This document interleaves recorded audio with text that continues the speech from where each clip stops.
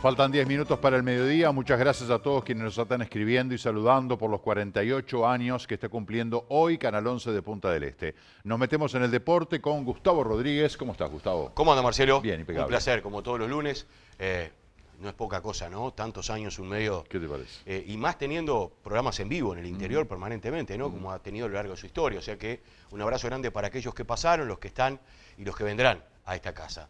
Bueno, tenemos el contacto y el gusto de recibir a Sebastián Moreira, este colega, argentino él, pero que desde el año 99 está viviendo en Uruguay y que hoy nos atiende muy amablemente porque hablaremos del libro, que hace pocos días ya lo tenemos en nuestras manos, lo leímos, es muy interesante, muy lindo.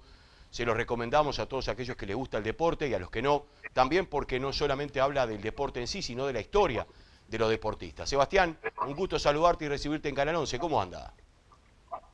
Bueno, muchas gracias por la invitación, muchas gracias por la recepción y más teniendo en cuenta la importancia de este día para ustedes, para todos los que andamos por Maldonado y por Punta del Este habitualmente. No sabía de esta fecha tan especial, así que un honor estar.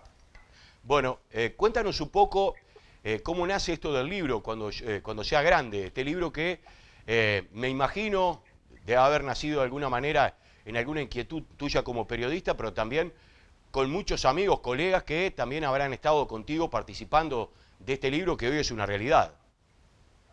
Sí, sin duda, yo soy parte del colectivo Por Decir Algo, es una cooperativa que trabaja con distintas formas de la comunicación. La más importante de ellas siempre ha sido la radio. Hemos tenido programas de radio, hasta el año pasado en M24, también en Radio Mundo, y las transmisiones del Campeonato Uruguayo con el equipo de Martín Rodríguez, Santiago Díaz.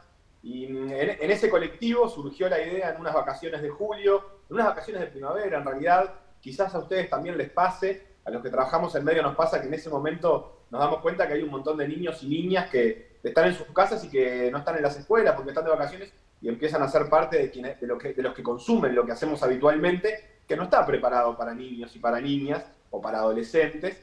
Y en ese momento a nosotros nos pasaba, gente del equipo tenía hijos, hijas, estaban escuchando. Dijimos, bueno, vamos a contarles lo que contamos siempre, pero pensando en que esta semana nos van a estar escuchando chiquilines de distintas edades, no con tanta atención seguramente, pero veamos de contarle estas mismas historias que contamos siempre a esos gurises. Y ahí se nos ocurrió en aquel momento contar la historia de Megan Rapinoe, la jugadora de fútbol de la selección de Estados Unidos, que estaba jugando el Mundial en aquel momento, que fue campeona del mundo de Balón de Oro y que tenía un enfrentamiento muy particular con Donald Trump, que era el presidente, y que bueno, rápidamente se generó una historia de una princesa guerrera contra un ogro que la quería a toda costa, que le había prohibido en aquel momento la entrada al castillo, que era la Casa Blanca, que era lo que había hecho Trump. Y ese fue el puntapié inicial para empezar a jugar con cómo contar estas historias de deportistas. Nos centramos después en los uruguayos, por eso empezó Lola Moreira, Winans, etc. Y cómo contarlas para los niños, en ese caso en la radio. Y muy rápidamente dijimos, no, bueno, esto hay que pasarlo a texto, hay que escribirlo. Y bueno, ahí empezó mi tarea, digamos, cómo llevarlo a un libro y el reflejo de eso fue cuando sea grande. No es fácil escribir. Para mí debe ser lo más difícil dentro del periodismo, ¿no? Hacer televisión, hacer radio es hermoso, pero escribir, yo realmente observo y admiro a aquellos que escriben habitualmente desde libros, desde una columna deportiva. ¿Cómo la llevabas con la escritura? Sí, para mí me pasa un poco distinto porque, por decir algo, y también taparlo con radio, en el programa de radio en el que trabajo ahora, Sí. en Montevideo, son programas que tienen mucha cosa escrita, mucha cosa guionada en un sentido más literario, más allá de los guiones técnicos, y yo siento y tiendo a escribir antes de algunos espacios. Me gusta que surjan de un lugar escrito, me parece que es un lugar en el que me siento cómodo. Entonces, estos espacios que hacíamos en Por Decir Algo, en aquel momento en Radio Mundo, y que eran muy leídos, pero también tenían una base escrita, me sirvieron de una base muy fuerte para la hora de hacer el libro. Claro, después hay un montón de desafíos, que para mí el principal es cómo transformar lo escrito para radio en lo escrito para libro, pero el segundo, que es muy difícil, es lo escrito para niños. Eso fue la parte más difícil de escribir. La verdad es que yo no tengo, específicamente, no soy un escritor infantil, ni mucho menos. Ahora podría decirlo capaz, pero incluso con un poco de atrevimiento.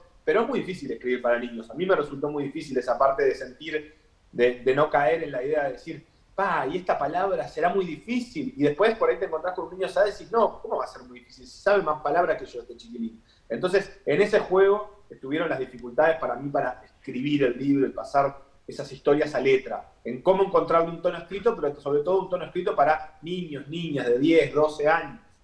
Claro. ¿Y cuándo comenzaste a desgravar las notas de alguna manera que ustedes hacían al libro?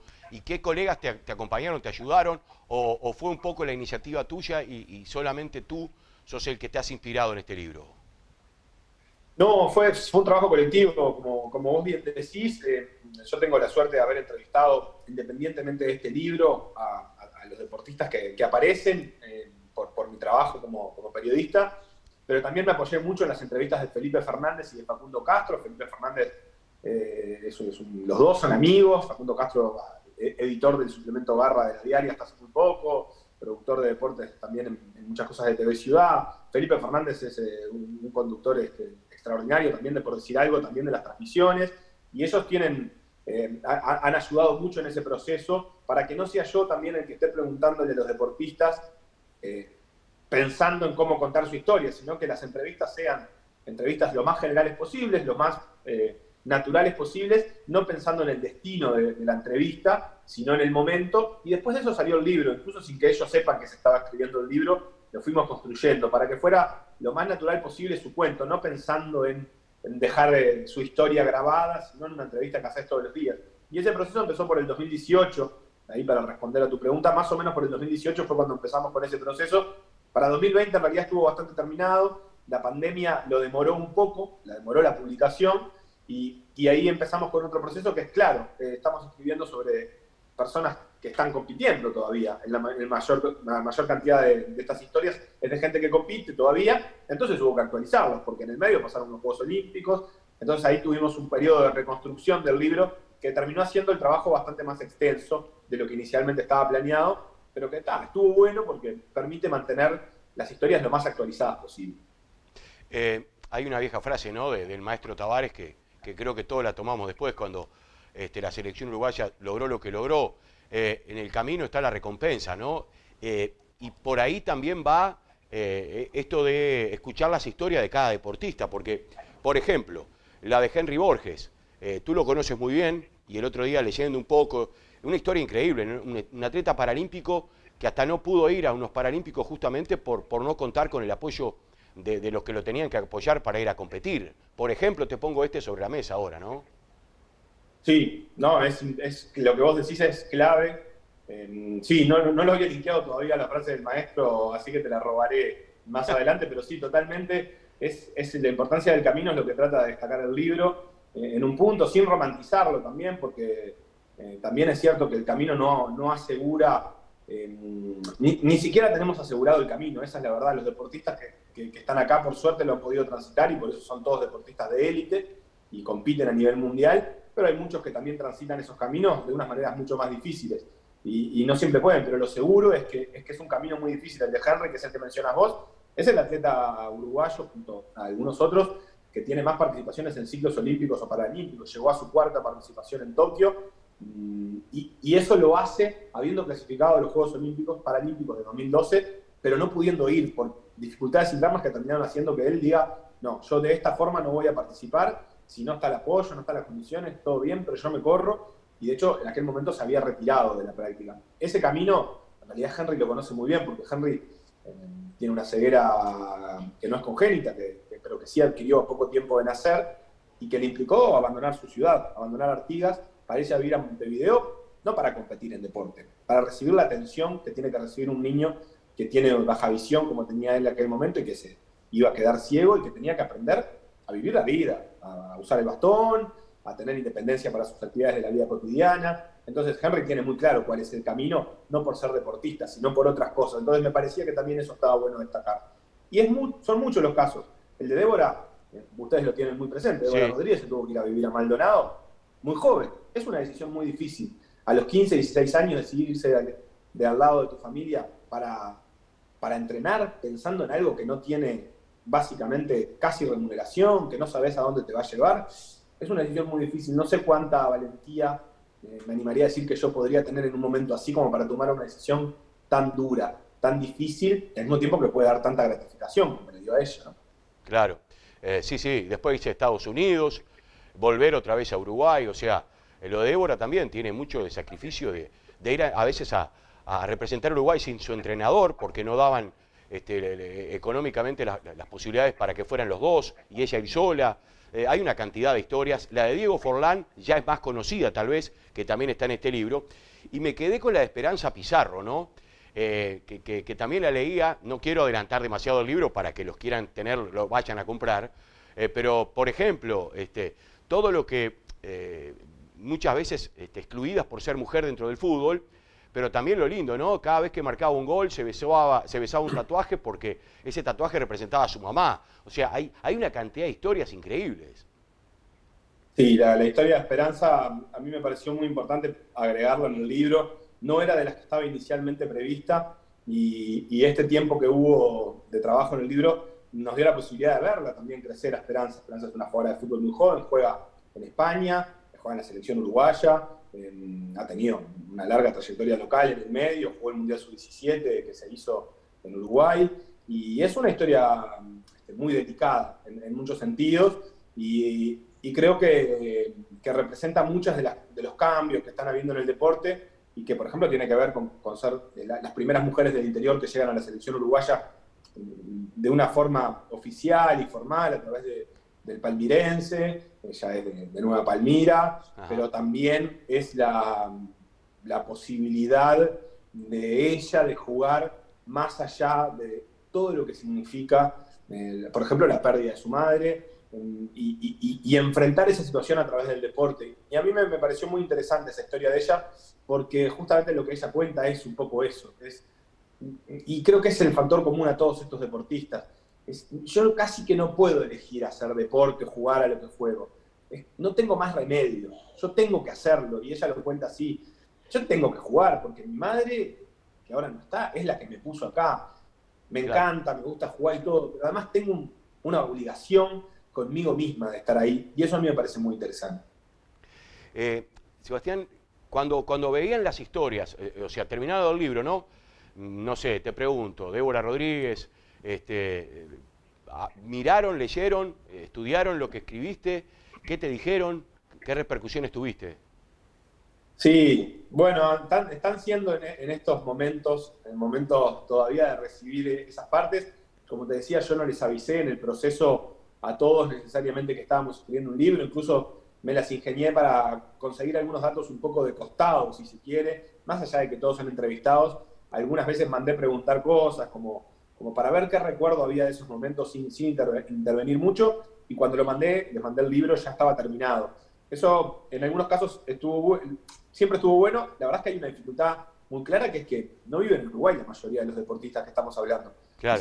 O cuando están muy poco tiempo. Débora no está, Emiliano no está, Esperanza no estaba, Pablo Cuevas no estaba, Lola Moreira está muy poco, Henry fue de los primeros que lo recibió porque él ahora está retirado, y lo recibió y me hizo una devolución hermosa. Yo con Henry lo conozco hace mucho tiempo. Justo ayer o anteayer me llegó la devolución de Esperanza Pizarro, que finalmente lo tenía en sus manos después de que le llegara, y me hizo unos comentarios muy lindos, que agradezco mucho. Y después estuvo la devolución del Tato, por ejemplo, que Tato López, que sí vive, es el único de ellos que está. Bueno, Forlán también está retirado, pero Tato es un poco más viejo. Y nada, estuvo buenísimo porque su devolución fue desde el lugar del escritor, ¿viste? Claro. Él tiene sus libros y fue. Su alegría era como, bueno, tenés el libro en tus manos, qué bueno que lo puedas tener. Y a mí me agradó mucho que me dé ese lugar. Es una cosa un poco egoísta quizás, pero fue como que el Tato me permitiera poner mi libro en su biblioteca de escritor. No es un dato menor para mí, no te voy a mentir. Totalmente, y más lo que significa para los uruguayos el Tato López, ¿no? Como jugador de básquetbol de lo mejor, por lo menos dentro del podio, está el Tato López en los 3 mejores. ¿Cómo fue? Porque en la tapa del libro hay una parte, esto saliendo del libro un segundo, porque creo que también significa mucho para ustedes el programa que tú recién decías, por decir algo. El presidente chileno, Boric, que recién asumió, cuando llegó a Uruguay dijo algo. ¿Cómo fue la historia? Sí, fue increíble. Bueno, ya que me das la oportunidad de hablar un segundo por decir algo, la aprovecho, porque por decir algo es un proyecto que tiene 10 años, es un proyecto cooperativo, desde la forma de tomar las decisiones hasta su organización formal y legal. Es una cooperativa de trabajo que ha hecho todo, bueno, bastante a pulmón, como Como todo, la verdad, eso no tiene que ver con ser cooperativa ni nada. Los medios en Uruguay tienen mucho, obviamente, de la pasión de los periodistas que trabajan en ellos. Por decir algo, tuvo página web, tuvo programa en Mediarte, tuvo programa en Radio Mundo, cubrió Juegos Olímpicos, todo eso lo ha podido ir haciendo. Y en el año pasado, en los últimos 2 años, ahí me... Ahora sí, te tengo. Te perdí un poquito, pero ahí Sí. estoy. En los últimos años hemos podido trabajar más en radio, trabajamos en M24, en Radio Mundo, y por alguna razón que no tenemos del todo clara, Boric estaba escuchando y hemos tenido en el camino algunos contactos con él por parte de sus equipos asesores. Son gente muy joven que consume mucho fútbol, que consume mucho deporte, mucho antes de ser candidato a presidente. 2, 3 años teníamos algún contacto, y bueno, cuando le hicieron la entrevista en M24, que era la radio en la que nosotros estábamos, y que en ese momento ya no estábamos más, surgió de él espontáneamente recordar esa escucha de por decir algo, y para nosotros, bueno, fue ni que hablar que un mimo muy lindo, porque como te decía, en este momento por decir algo y por decir fútbol, que es la parte de transmisiones, casi no tiene aire. En realidad estamos transmitiendo los partidos de Uruguay vía Twitch y a través de la Uniradio, pero no tenemos actividad cotidiana. Entonces, en este año, que para nosotros ha sido un año de cuarteles de invierno, como le dice Martín Rodríguez, nuestro relator, es lindo recibir esos mimos. Es lindo porque es un proyecto que nace desde el esfuerzo, que sigue desde el esfuerzo, que nos repercute poco económicamente o nada, y por lo tanto, cuando repercute desde un lugar de la emoción, es de donde más nos aferramos. Totalmente. Si quiero adquirir el libro, te lo agradezco, me lo enviaste hace el otro día, ya lo estuvimos leyendo. Acá en Maldonado, por ejemplo, ¿dónde lo pueden adquirir?